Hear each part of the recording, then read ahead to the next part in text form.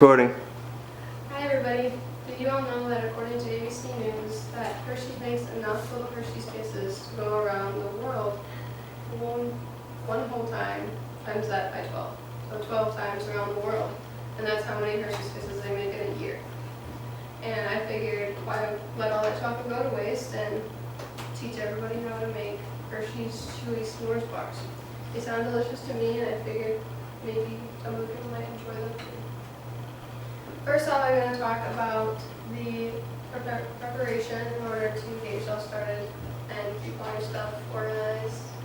And then I'm going to go into ingredients and then also the directions, how to make them, like cooking, and how to put everything together. So first off, with the preparation, you're going to need measuring cups.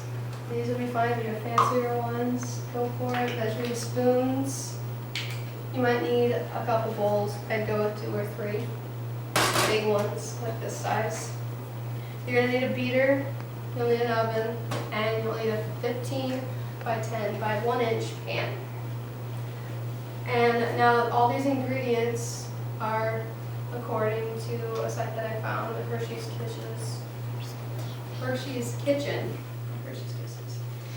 And they split it up into 2 different parts. They split it up into cookie crust and into a s'mores topping, so you have 2 different kind of places to put all your ingredients.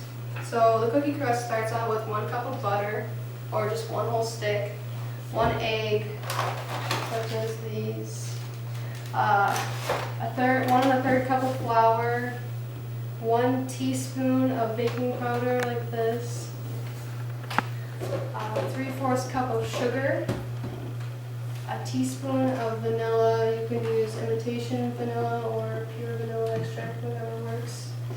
A teaspoon of salt, iodized salt, sea salt, whatever works. And you're going to also need 3/4 cups of graham cracker crumbs. And the way I make the crumbs is I kind of bang them up into a little plastic bag so it's not as big of a mess. Now the s'mores topping is a little bit different. It comes with 3 cups of graham cracker pieces. So you don't want to crunch them up into a bag, you just want to break them up into 1 or 1/2 size pieces. And you're also going to need 4 cups of Hershey's chocolate bars, not quite the chips or Hershey's Kisses, but the bars. And you're also going to want to use the jet puffed marshmallow cream, preferably 7 ounces big. And there's also a option of putting it with ice cream, serving it with ice cream. You don't need to put it in with the ingredients or anything, you just have to serve it up. Now with the directions, you're going to want to heat up your oven to about 350 degrees and let that preheat. And while that preheats, you're going to mix your sugar and your butter up into a big bowl. And then you're going to mix your vanilla and your egg up into a big bowl, the same big bowl. And then you're going to want to grab a different bowl to put your flour, your baking powder, your salt, and your graham cracker crumbs into. And now you're going to want to take that big bowl that you put your flour and stuff in and slowly mix it in with your other stuff like the egg and the sugar and the butter, just to make it kind of fluffier. And I suggest having 2 people, because I can't quite multitask like that and mix it and pour at the same time.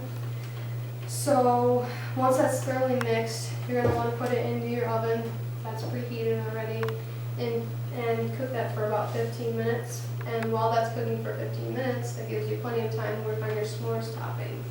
Your s'mores topping, you're going to pour everything, basically all the ingredients for the s'mores topping, into 1 bowl. And I suggest using your hands because the jet puff stuff is pretty thick, so spoons don't quite work as well.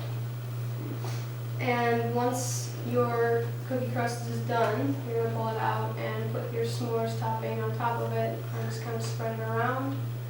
And you can either cool it down or you can serve it warm with ice cream or something.